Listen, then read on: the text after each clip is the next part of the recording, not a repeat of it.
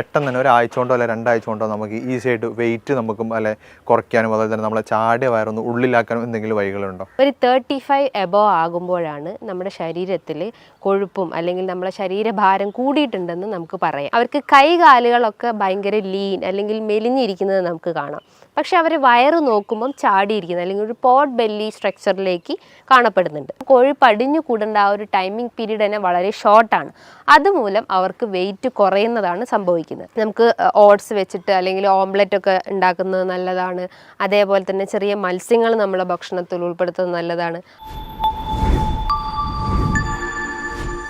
Hi ma'am, പലപ്പോഴും നമ്മളെ അടുത്ത് അല്ലെങ്കിൽ ഒരു കമൻ്റ് ആയിട്ടോ അല്ലെങ്കിൽ ഒക്കെ ചോദിക്കാനുള്ളതാണ്, നമുക്കൊരാഴ്ച കൊണ്ട് 4 കിലോ അല്ലെങ്കിൽ 5 കിലോ ഒക്കെ കുറയ്ക്കാൻ പറ്റുമോ എന്നുള്ളത്. പ്രത്യേകിച്ച് നമ്മളെ ഒരു വെഡ്ഡിംഗ് ഒക്കെ വരികയാണെങ്കിൽ, നമ്മളെ സ്വന്തം വെഡ്ഡിംഗ് ആണെങ്കിലും അല്ലെങ്കിലൊക്കെ പല ആളുകളും ചോദിക്കാറുണ്ട്, നമുക്ക് ഒരു ഇഷ്ടപ്പെട്ട ഡ്രസ്സൊക്കെ ധരിക്കണമെങ്കിൽ ഒന്ന് ഈ ചാടിയ വയറൊന്ന് ഉള്ളിലാവണം, അതിനൊരാഴ്ച കൊണ്ട് എന്തെങ്കിലും മെത്തേഡ്സ് ഉണ്ടോ, അല്ലെങ്കിൽ 2 ആഴ്ച കൊണ്ട് ഒരു 10 ദിവസം കൊണ്ട് 10 ദിവസത്തിനുള്ളിൽ തന്നെ നമുക്ക് ഇത്രയും കാര്യങ്ങൾ ചെയ്യാൻ പറ്റുമോ എന്ന് പലരും ചോദിക്കാറുണ്ട്. അങ്ങനെ നമുക്ക് ഒരു പെട്ടെന്ന് തന്നെ ഒരാഴ്ച കൊണ്ടോ അല്ലെ 2 ആഴ്ച കൊണ്ടോ നമുക്ക് ഈസി ആയിട്ട് വെയിറ്റ് നമുക്കും അല്ലെ കുറയ്ക്കാനും അതുപോലെ തന്നെ നമ്മളെ ചാടിയ വയറൊന്ന് ഉള്ളിലാക്കാനും എന്തെങ്കിലും വഴികളുണ്ടോ? നമുക്ക് തീർച്ചയായിട്ടും 2 ആഴ്ച കൊണ്ടോ അല്ലെങ്കിൽ ഒരു മാസം കൊണ്ടൊക്കെ നമുക്ക് ഇങ്ങനെ അമിത വണ്ണമൊക്കെ നമുക്ക് കുറച്ച് കൊണ്ടുവരാൻ പറ്റുന്നതാണ്. അപ്പോൾ അതിന് മുന്നേ ആയിട്ട് നമുക്ക് വെയിറ്റ് കൂടാൻ എന്തൊക്കെ കാരണങ്ങളെന്ന് നമുക്കിവിടെ ഡിസ്കസ് ചെയ്യാം. മെയിനായിട്ട് വെയിറ്റ് കൂടാന്ന് പറഞ്ഞു കഴിഞ്ഞാൽ നമ്മളെ ബോഡി വെയിറ്റ് അല്ലെങ്കിൽ ബോഡി മാസ് ഇൻഡെക്സ് ഒരു 35 എബോവ് ആകുമ്പോഴാണ് നമ്മുടെ ശരീരത്തിൽ കൊഴുപ്പും അല്ലെങ്കിൽ നമ്മളെ ശരീരഭാരം കൂടിയിട്ടുണ്ടെന്ന് നമുക്ക് പറയാം. അപ്പോൾ ഈ വെയിറ്റ് കൂടുക എന്ന് പറയുമ്പം നമ്മുടെ ജോയിൻസിനൊക്കെ നോർമലി ഒരു ജോയിൻറ്റിന് ഒരു വെയിറ്റ് ബെയറിങ് കപ്പാസിറ്റി ഉണ്ട്. നമ്മളെ ശരീരത്തിൻ്റെ ഒരു 4 കിലോളം നമ്മളെ ജോയിൻസ് താങ്ങി നിർത്തുന്നുണ്ട്. അപ്പോൾ ആ ജോയിൻസിൽ നിന്നൊക്കെ ഭയങ്കര ഒരു വേദന അനുഭവപ്പെടുക, അല്ലെങ്കിൽ നടക്കുമ്പോൾ ഒരു കിതപ്പൊക്കെ ഫീൽ ചെയ്യുക, അല്ലെങ്കിൽ എന്താ പറയുക ഭയങ്കര ഒരു സ്റ്റിഫ്നെസ് അനുഭവപ്പെടുക, അതൊക്കെയാണ് നമ്മളെ ശരീരഭാരം വർദ്ധിച്ചിട്ടുണ്ടെന്ന് നമ്മളെ ശരീരം കാണിക്കുന്ന ഒരു എക്സ്റ്റേണൽ സൈൻ എന്നൊക്കെ പറയാം.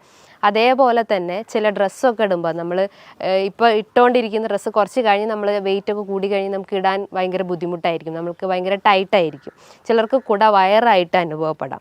അപ്പോൾ ഇത് വരാൻ ഒരുപാട് കാരണങ്ങളുണ്ട്.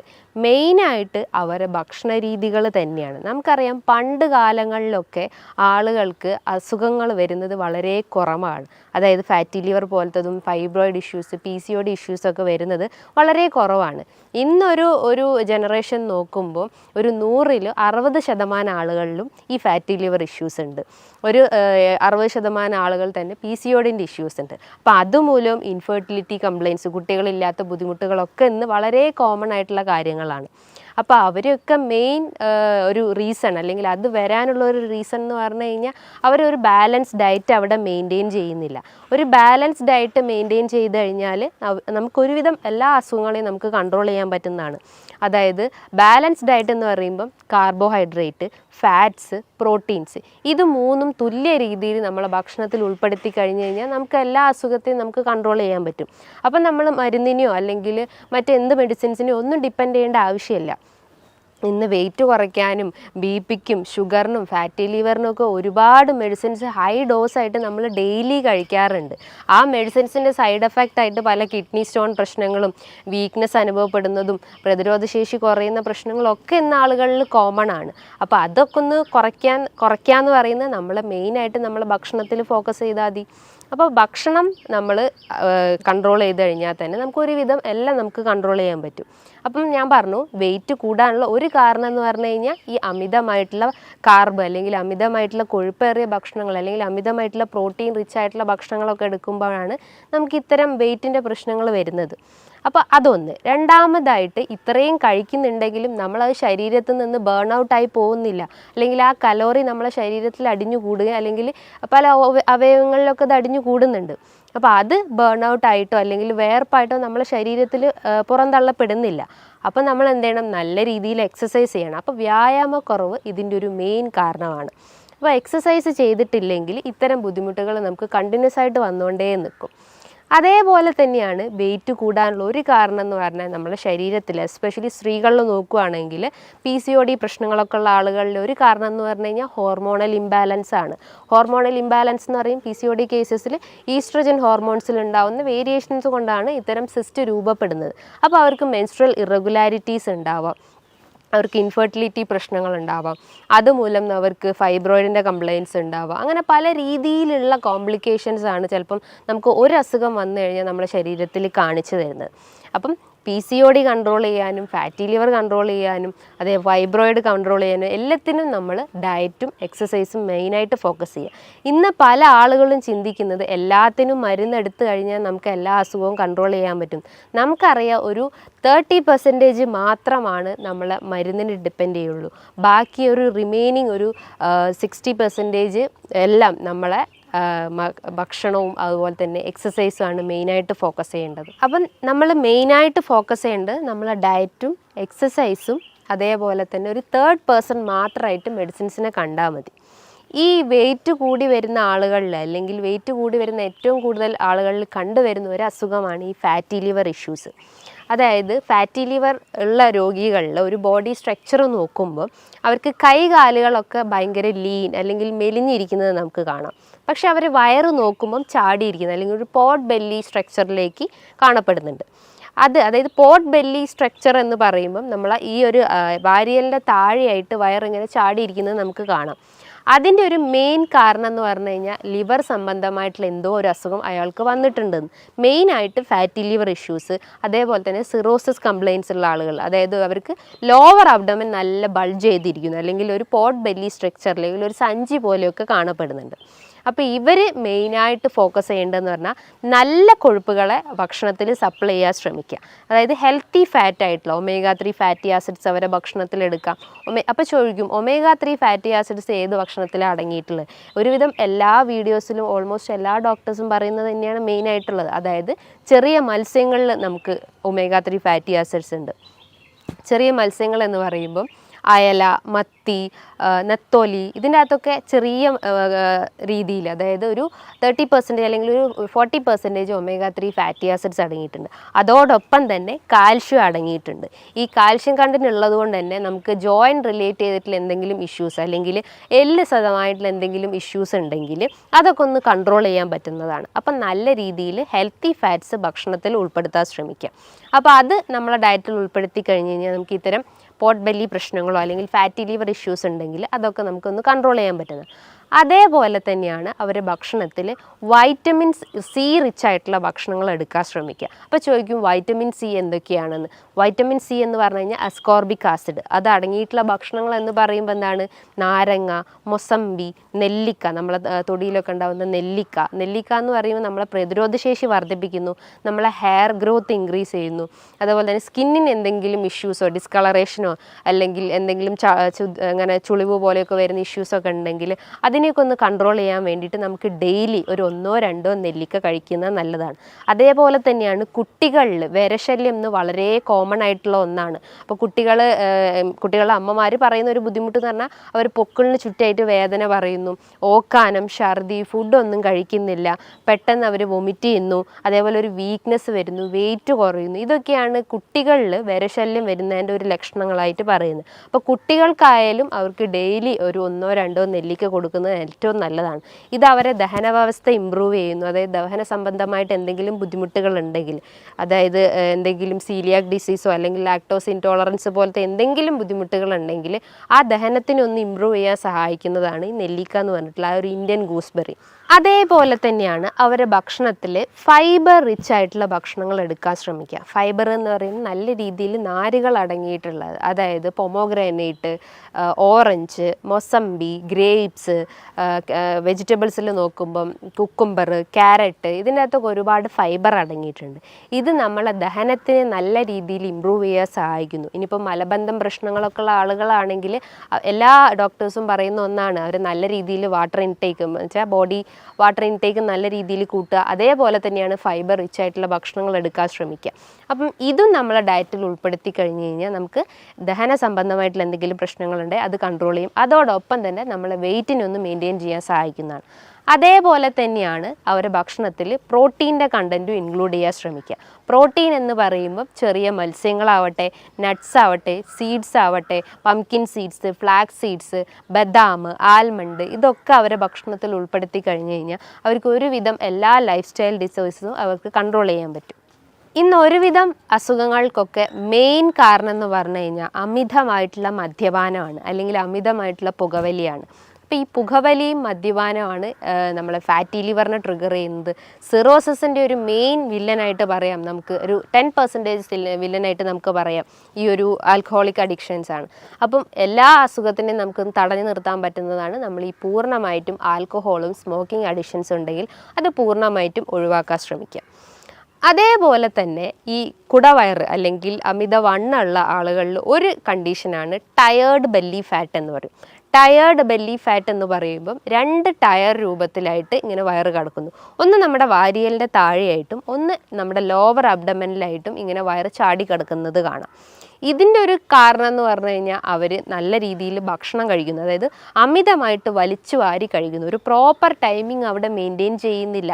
ബ്രേക്ക്ഫാസ്റ്റ് എന്ന് പറയുമ്പോൾ നമുക്കറിയാം ഒരു ബ്രെയിൻ ഫുഡായിട്ടാണ് വർക്ക് ചെയ്യുന്നത്.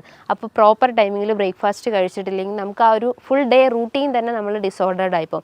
കാരണം നമ്മളെ ദഹനത്തിന് അല്ലെങ്കിൽ നമ്മളെ വയറിനറിയാം നമ്മൾ ഇന്ന ടൈമിലാണ് ഫുഡ് കഴിക്കുക. അപ്പോൾ ആ ഒരു ആ ഒരു ഡിസ്ഫങ്ഷൻ തന്നെ അവിടെ കറക്റ്റ് ആവില്ല. പ്രോപ്പറായിട്ട് നമ്മളെ ദഹനം ഫങ്ഷൻ ചെയ്യുന്നില്ല. അപ്പം ബ്രേക്ക്ഫാസ്റ്റ് സ്കിപ്പ് ചെയ്ത് കഴിഞ്ഞാൽ ഇത്തരം ഇഷ്യൂസ് വരാനുള്ള ചാൻസസ് ഉണ്ട്.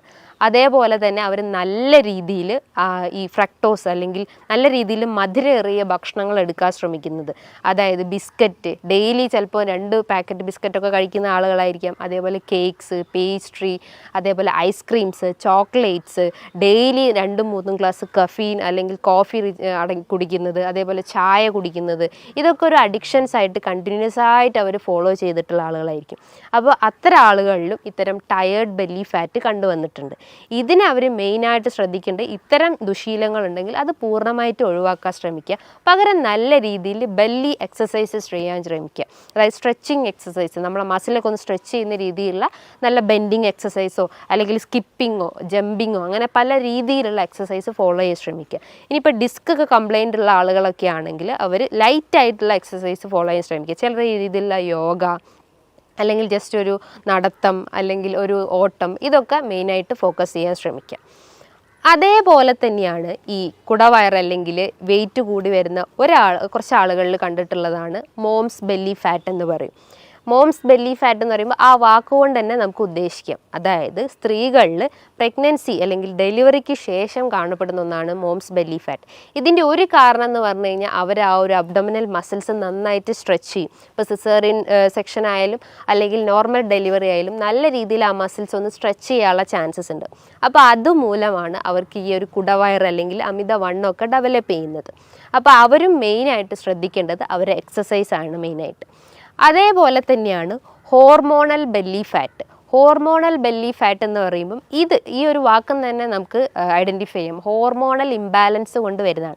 അതിലൊന്നാണ് PCOD ഇഷ്യൂസ്, രണ്ടാമതാണ് തൈറോയിഡ് ഇഷ്യൂസ്. ഇത് മൂലം അവർ ശരീരത്തിൽ അമിതമായിട്ട് കൊഴുപ്പടിഞ്ഞുകൂടുന്നു. നമുക്കറിയാം PCOD എന്ന് പറയുമ്പോൾ എന്താ, ഡയബറ്റിസ് ഓഫ് ഓവറി എന്നാണ്. ഡയബറ്റിസ് ഓഫ് ഓവറി എന്ന് പറയുമ്പോൾ നമ്മൾ ഓവറിയിൽ ബാധിക്കുന്ന ഒരു പ്രമേഹത്തെയാണ് ഈ PCOD എന്ന് പറയുന്നത്. അതായത് അതിൻ്റെ മെയിൻ ഒരു റീസൺ അല്ലെങ്കിൽ ഒരു മെയിൻ വില്ലൻ എന്ന് പറയുന്നത് ഇൻസുലിൻ റെസിസ്റ്റൻസ് ആണ്. നമ്മൾ കഴിക്കുന്ന ഭക്ഷണത്തിന് എനർജി ആയിട്ട് അവിടെ കൺവേർഷൻ നടക്കുന്നില്ല. അതുമൂലം നമുക്ക് ഗ്ലൂക്കോസ് മോളിക്യൂൾസിന് അല്ലെങ്കിൽ ഇൻസുലിൻ റിസപ്റ്റേഴ്സിന് കറക്റ്റായിട്ട് അത് ഐഡൻറ്റിഫൈ ചെയ്യാൻ പറ്റാത്തൊരവസ്ഥ വരുന്നു. അപ്പോൾ നമ്മൾ ബോഡിയിൽ അമിതമായിട്ട് കൊഴുപ്പ് അടിഞ്ഞുകൂടുന്നു, പല ഓർഗൻസിലായിട്ട് അത് അടിഞ്ഞുകൂടുന്നു. അങ്ങനെ അടിഞ്ഞുകൂടുന്ന ഒരു ഇതിലെയാണ് ഓവറീസിൻ്റെ അകത്ത് അടിഞ്ഞുകൂടുന്നതിനെയാണ് ഡയബറ്റിസ് ഓഫ് ഓവറി. അതുമൂലം സ്ത്രീകൾക്ക് മെൻസ്ട്രൽ ഇറഗുലാരിറ്റി ഉണ്ടാവും. അതായത് ഒരു നോർമൽ സൈക്കിൾ എന്ന് പറയുമ്പോൾ 28 to 35 ഡേയ്സ് ആണ്. അത് അവർക്കൊരു 40 ഡേയ്സോ അല്ലെങ്കിൽ ഒരു 2 മന്തൊക്കെ ഡിലേ ആവുന്ന ചാൻസസ് ഉണ്ട്. ഇനിയിപ്പോൾ പീരീഡ്സ് ആയി കഴിഞ്ഞാലും അവർക്കൊരു 1-2 ഒരു സ്കാൻഡി ബ്ലീഡിങ്, വളരെ സ്പോട്ടിങ് രീതിയിലുള്ള ബ്ലീഡിങ് മാത്രമേ കാണപ്പെടുന്നുള്ളൂ. അതിശക്തമായിട്ടുള്ള വയറുവേദന അനുഭവപ്പെടാറുണ്ട്. അതേപോലെ തന്നെ ഭയങ്കരമായിട്ട് ക്ഷീണം അനുഭവപ്പെടുന്നു. അതിനേക്കാട്ടും വലുതൊന്നാണ് അവർക്ക് ശക്തമായിട്ട് വെയിറ്റ് കൂടുന്നത്. ഫുഡ് കഴിക്കാത്ത ആളുകളായാലും അതായത് നോർമലി ഫുഡ് കഴിക്കുന്ന ആളുകളായാലും അവർക്കും ഇത് വെയിറ്റ് കൂടുന്നത് ഒരു കാരണം എന്ന് പറഞ്ഞു കഴിഞ്ഞാൽ ഇൻസുലിൻ റെസിസ്റ്റൻസ് ആണ്. അതേപോലെ തന്നെയാണ് ഹോർമോണൽ ഇംബാലൻസിൽ വരുന്നതാണ് thyroid related issues. Thyroid related issues എന്ന് പറയുമ്പം തൈറോയിഡ് തന്നെ ഹൈപ്പോർ തൈറോയിഡ്സ് ഉണ്ട്, ഹൈപ്പർ തൈറോയിഡ്സ് ഉണ്ട്. ഹൈപ്പർ തൈറോയിഡിസം ഉള്ള കേസസിൽ അവർക്ക് വെയിറ്റ് കുറയുന്നതാണ് സംഭവിക്കുന്നത്. വെയിറ്റ് കുറയാന്ന് പറയുന്നതിന് ഒരു കാരണം എന്ന് പറഞ്ഞു കഴിഞ്ഞാൽ ബേസൽ മെറ്റബോളിക് റേറ്റ് അവിടെ ഹൈ ആണ്. കാരണം അവർ കഴിക്കുന്ന ഭക്ഷണങ്ങളെല്ലാം പെട്ടെന്ന് തന്നെ അവിടെ ഡൈജഷൻ നടക്കുന്നു, പെട്ടെന്ന് തന്നെ അത് എനർജി കൺവേർഷൻ നടക്കുന്നു. അപ്പം കൊഴുപ്പ് അടിഞ്ഞു കൂടേണ്ട ആ ഒരു ടൈമിംഗ് പീരീഡ് തന്നെ വളരെ ഷോർട്ടാണ്. അതുമൂലം അവർക്ക് വെയിറ്റ് കുറയുന്നതാണ് സംഭവിക്കുന്നത്. പക്ഷെ നേരെ തിരിച്ചാണ് ഹൈപ്പോ തൈറോയിഡിസം പേഷ്യൻസിൽ. അവർക്ക് ബേസൽ മെറ്റബോളിക് റേറ്റ് വളരെ ലോ ആണ്. അപ്പോൾ അവർക്ക് എന്ത് ചെയ്യും, തൈറോയിഡ് സ്റ്റിമുലേറ്റിംഗ് ഹോർമോൺസ് വളരെ ഹൈ ആയിരിക്കും. പകരം T3 T4 ഹോർമോൺസ് വളരെ ലോ ആവാനുള്ള ചാൻസസ്. കാരണം അവിടെ ഹോർമോൺസിൻ്റെ ആ ഒരു സെക്രീഷൻസ് വളരെ കുറവായിരിക്കും. പക്ഷേ അവിടെ സ്റ്റിമുലേറ്റ് ചെയ്യപ്പെടുന്ന, അതായത് തൈറോയിഡ് സ്റ്റിമുലേറ്റിംഗ് ഹോർമോൺസിൻ്റെ ആ ഒരു ഹോർമോൺ വളരെ കൂടുതലായിരിക്കും. അപ്പോൾ അവർക്ക് ബേസൽ മെറ്റബോളിക് റേറ്റും വളരെ ലോ ആണ്. അവർ കഴിക്കുന്ന ഭക്ഷണങ്ങളെല്ലാം പല ഓർഗൻസിലായിട്ട് അടിഞ്ഞുകൂടുന്നു, അതായത് കൊഴുപ്പായിട്ട് അടിഞ്ഞുകൂടുന്നു. അതിലൊന്നാണ് നമുക്ക് വെയിറ്റ് കൂടുന്നതിൻ്റെ ഒരു ലക്ഷണമായിട്ട് നമുക്ക് പറയാം. അതേപോലെ തന്നെയാണ് തൈറോയിഡ് രോഗികളിൽ അമിതമായിട്ടുള്ള ക്ഷീണം അനുഭവപ്പെടുന്നു. അതായത് ഹൈപ്പോ തൈറോയിഡിസം പേഷ്യൻസിൽ അതിശക്തമായിട്ടുള്ള ക്ഷീണം അനുഭവപ്പെടുന്നു. അവർക്ക് മുടി കൊഴിച്ചിലിൻ്റെ പ്രശ്നങ്ങളുണ്ടാകുന്നു, സ്കിന്ന് ഭയങ്കര ഡ്രൈ ആവുന്നു. ഇനിയിപ്പോൾ ദഹന വ്യവസ്ഥ നോക്കുകയാണെങ്കിൽ അവർക്ക് മലം കൃത്യമായിട്ട് പോകാത്തൊരവസ്ഥ വരുന്നു, അതായത് കോൺസ്റ്റിപ്പേഷൻ പ്രശ്നങ്ങളുണ്ടാകുന്നു. അതുമൂലം അവർക്ക് പൈൽസിൻ്റെ പ്രശ്നങ്ങളുണ്ടാകുന്നു, ഹെമറോയിഡ്സിൻ്റെ പ്രശ്നങ്ങളുണ്ടാകുന്നു. അങ്ങനെ പല കോംപ്ലിക്കേഷൻസ് ആയിട്ട് ഓരോ ആളുകളിലും ഇന്ന് ഈ ഒരു ബുദ്ധിമുട്ട് കണ്ടുവരുന്നുണ്ട്. ഇതിൻ്റെയൊക്കെ മെയിൻ റീസൺ എന്ന് പറഞ്ഞു കഴിഞ്ഞാൽ അവർ കഴിക്കുന്ന കാർബിൻ്റെ കണ്ടൻറ്റ് ഇൻക്രീസ് ചെയ്തിട്ടുണ്ടാവും, പ്രോട്ടീൻ്റെ കണ്ടൻറ്റ് ഇൻക്രീസ് ആയിട്ടുണ്ടാവും, ഫാറ്റിൻ്റെ കണ്ടൻറ്റ് ഇൻക്രീസ് ആയിട്ടുണ്ടാവും. ഇതൊന്നും കൃത്യമായ രീതിയിൽ അവരുടെ ഡയറ്റിൽ ഉൾപ്പെടുത്താത്തതുകൊണ്ടാണ് ഇത്രയും പ്രശ്നങ്ങൾ ഉണ്ടാകുന്നത്. അപ്പോൾ എപ്പോഴും അവിടെ ഒരു ബാലൻസ് ഡയറ്റ് മെയിൻറ്റെയിൻ ചെയ്യാൻ ശ്രമിക്കുക. പല ആളുകളും ഇന്ന് വണ്ണം കുറയ്ക്കാൻ വേണ്ടിയിട്ട് പല രീതിയിലുള്ള ഡയറ്റ് ഫോളോ ചെയ്യുന്നു, അതേപോലെ തന്നെ പല ഫാസ്റ്റിംഗ് ഫോളോ ചെയ്യുന്നു. ആ ഫാസ്റ്റിങ്ങിൽ ഒന്നാണ് ഇൻ്റർമീഡിയൻറ്റ് ഫാസ്റ്റിംഗ്. ഇൻ്റർമീഡിയൻറ്റ് ഫാസ്റ്റിംഗ് നമ്മൾ ചെയ്യുമ്പോൾ നമ്മൾ ശരീരത്തിൽ അടിഞ്ഞുകൂടി കിടക്കുന്ന കൊഴുപ്പിനെയൊക്കെ ഒന്ന് അലിയിച്ച് കളയുക, അല്ലെങ്കിൽ അതിനെ ബേൺ ഔട്ട് ചെയ്യാൻ സഹായിക്കുന്ന ഒരു മെത്തേഡാണ് ഇൻ്റർമീഡിയൻറ്റ് ഫാസ്റ്റിംഗ്. അതായത് ഒരു 16 hours അല്ലെങ്കിൽ 14 to 16 hours നമ്മൾ ഫുഡെല്ലാം സ്കിപ്പ് ചെയ്തിട്ട് ഈവൺ ഒരു വാട്ടർ ഇൻടേക്ക് പോലും അവിടെ പാടില്ല. അപ്പോൾ അത്രയും ഫാസ്റ്റിംഗ് അവിടെ മെയിൻറ്റെയിൻ ചെയ്ത് കഴിഞ്ഞാൽ അവർക്ക് ഈ ഒരു ക്ഷീണം അല്ലെങ്കിൽ ഇത്തരം കൊഴുപ്പൊക്കെ നമ്മുടെ ശരീരത്തിൽ നിന്ന് തന്നെ നമുക്ക് ബേൺ ഔട്ട് ചെയ്യാൻ സഹായിക്കാവുന്നതാണ്.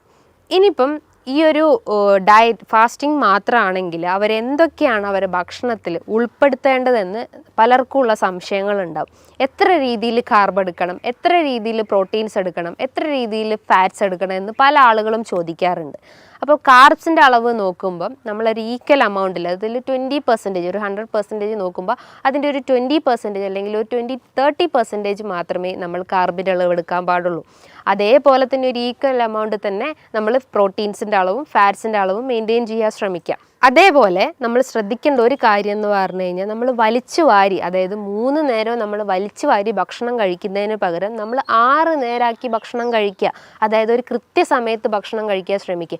ഇന്ന് നമ്മൾ 7 മണിക്ക് കഴിച്ചു കഴിഞ്ഞാൽ നമ്മൾ നെക്സ്റ്റ് ഡേ ഒരു 10 മണിക്ക് കഴിച്ചു കഴിഞ്ഞാൽ നമ്മളെ ബോഡി ബാലൻസ് തന്നെ ഇംപ്രോപ്പർ ആവും. അപ്പോൾ ഒരു കൃത്യ ടൈമിങ്ങിൽ ഫുഡ് കഴിക്കാൻ ശ്രമിക്കുക. മോർണിംഗിൽ നമ്മൾ ഒരു 7 to 8 ഉള്ളിൽ കൃത്യമായിട്ട് ബ്രേക്ക്ഫാസ്റ്റ് കഴിക്കാൻ ശ്രമിക്കുക. രാവിലെ എഴുന്നേറ്റാൽ ഉടനെ തന്നെ വെറും വയറ്റിൽ ഒരു തിളപ്പിച്ചാറിയ വെള്ളം കുടിക്കാൻ ശ്രമിക്കുക. ആ വാട്ടറിൻ്റെ അകത്തേക്കൊന്നും ആഡ് ചെയ്യേണ്ട ആവശ്യമില്ല.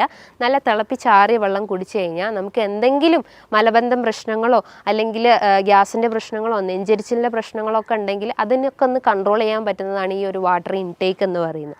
അതിനുശേഷം നമ്മൾക്ക് നമ്മുടെ ബ്രേക്ക്ഫാസ്റ്റ് സ്റ്റാർട്ട് ചെയ്യാവുന്നതാണ്. ഇനിയിപ്പോൾ പ്രമേഹ രോഗികളായാലും തന്നെ അവർ ആ ഒരു കാർബിൻ്റെ അളവൊക്കെ കുറച്ചിട്ട് അവർ നല്ല രീതിയിൽ പ്രോട്ടീൻ്റെ അളവും അല്ലെങ്കിൽ ഫാറ്റ്സിൻ്റെ അളവും മെയിൻറ്റെയിൻ ചെയ്യാൻ ശ്രമിക്കുക.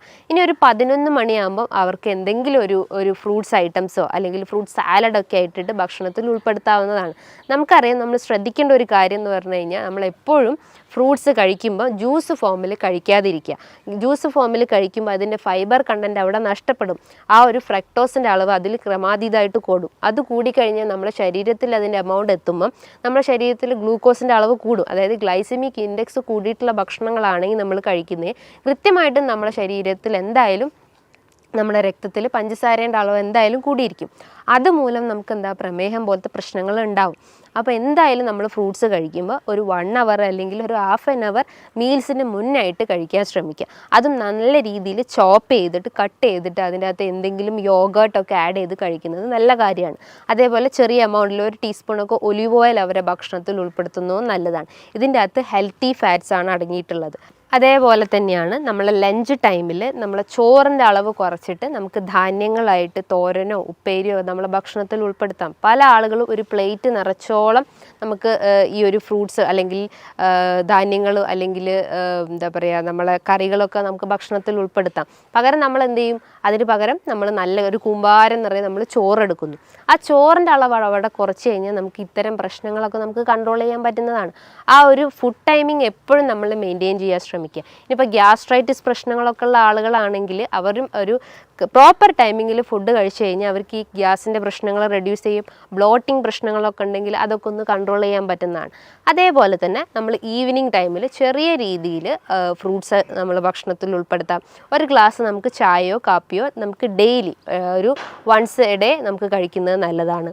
അതേപോലെ തന്നെ നമ്മൾ ഡിന്നർ നോക്കുവാണെങ്കിലും അതൊരു 7 to 8 ഉള്ളിൽ നമ്മൾ ഡിന്നർ കഴിക്കാൻ ശ്രമിക്കാം. അത് നമ്മളെ ലൈറ്റ് ഭക്ഷണങ്ങൾ എടുക്കാൻ ശ്രമിക്കുക.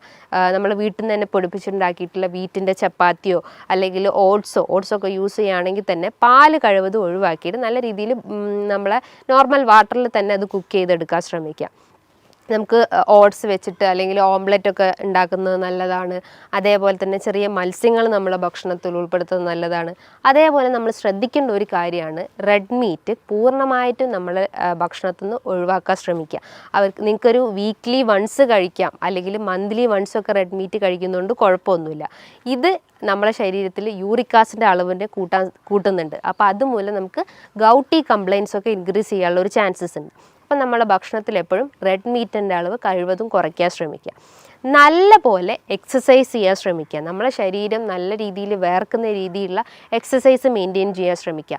അത് കാർഡിയാക് എക്സസൈസ് ആവട്ടെ അല്ലെങ്കിൽ എയറോബിക് എക്സസൈസ് ആവട്ടെ, ചെറിയ രീതിയിലുള്ള നടത്തോ അല്ലെങ്കിൽ ഓട്ടോ എന്ത് നമ്മളെ ഭക്ഷണത്തിൽ നമ്മളെ ഡയറ്റിൽ അല്ലെങ്കിൽ നമ്മളെ ലൈഫ് സ്റ്റൈലിൽ ഉൾപ്പെടുത്തി കഴിഞ്ഞ് കഴിഞ്ഞാൽ നമുക്ക് ഇത്തരം പ്രശ്നങ്ങളൊക്കെ നമുക്ക് കൺട്രോൾ ചെയ്യാൻ പറ്റുന്നതാണ്.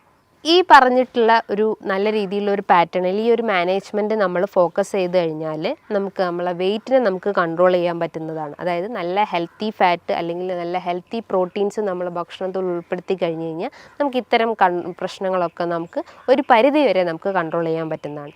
ഇനി ഇതുമായി ബന്ധപ്പെട്ട് നിങ്ങൾക്ക് എന്തെങ്കിലും സംശയങ്ങളുണ്ടെങ്കിൽ താഴെ കാണുന്ന നമ്പറിൽ കോൺടാക്റ്റ് ചെയ്യാവുന്നതാണ്.